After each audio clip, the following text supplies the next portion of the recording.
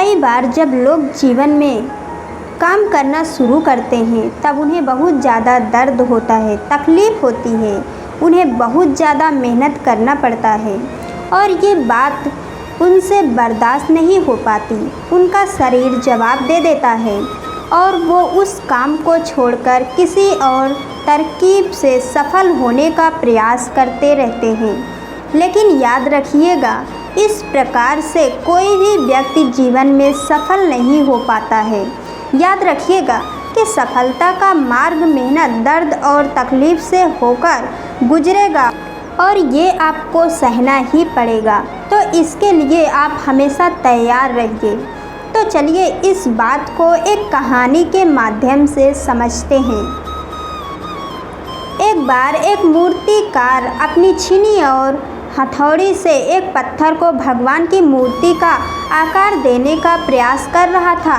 जैसे ही वह छीनी पर अपना हथौड़ा चलाता, वह पत्थर चिल्लाने लगता और कहने लगता कि ये क्या कर रहे हो, मुझे इतना मार क्यों रहे हो, मुझे बहुत दुख हो रहा है, तकलीफ़ हो रही है, पीड़ हो रही है, मुझे अपने हाल पर छोड़ दो और यहाँ से चले जाओ।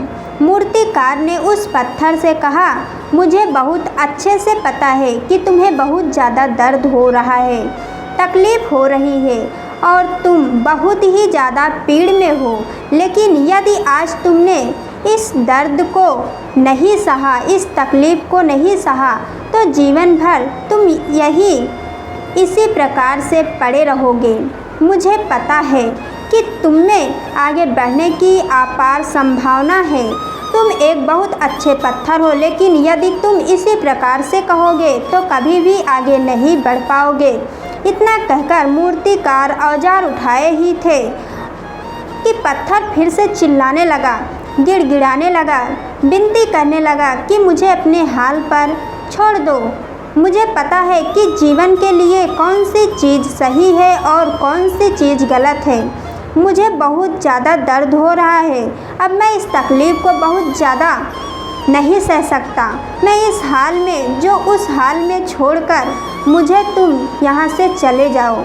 उस मूर्तिकार फिर से उस पत्थर को समझाने की कोशिश की, ज़्यादा अधीर मत बनो और अपने सब्र को बनाए रखो। थोड़ी देर और इस दर्द को सहो। यदि इस दर्द को सह लिया तो मैं भगवान की मूर्ति के रूप में तुम्हारी स्थापना कराऊंगा और फिर दूर दूर से लोग तुम्हारी लोक पूजा करने आएंगे और पंडित और लोग तुम्हारी सेवा करेंगे। लेकिन पत्थर ने उस मूर्तिकार की एक भी बात नहीं मानी। वह चिल्लाता रहा और अपनी बात पर अड़ा रहा। मूर्तिकार ने उस पत्थर को समझाने की बहुत कोशिश की, लेकिन वो पत्थर नहीं माना। अब मूर्तिकार भी थक चुका था और वह उस पत्थर को छोड़कर आगे बढ़ गया और थोड़ी ही दूर जाकर देखा कि एक और बहुत ही अच्छा पत्थर वहाँ पड़ा था। उसने छीनी और हथौड़ी उठाई और उस पत्थर को मूर्ति बनाने के लिए वो तैयार हो गया। मूर्तिकार ने छीनी और हथौड़ी का वार दूसरे पत्थर पर जारी रखा। दूसरे पत्थर को भी दर्द हुआ, तकलीफ़ उससे भी हुई, लेकिन उस पत्थर ने बर्दाश्त कर लिया और देखते ही देखते थोड़ी समय के बाद उस पत्थर ने भगवान की मूर्ति का रूप धारण कर लिया।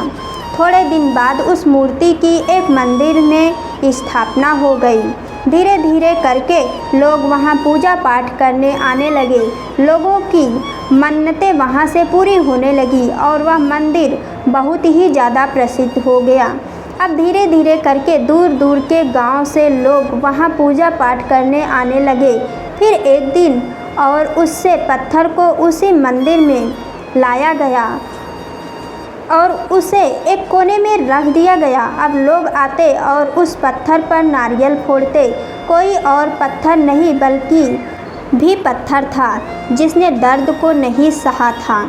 अब वो पत्थर मन ही मन बहुत ज़्यादा पछता रहा था, दुखी हो रहा था और अपने आप से कह रहा था कि काश मैंने उस दिन उस दर्द को, उस तकलीफ़ को सह लिया होता तो आज लोग मेरी भी पूजा करते।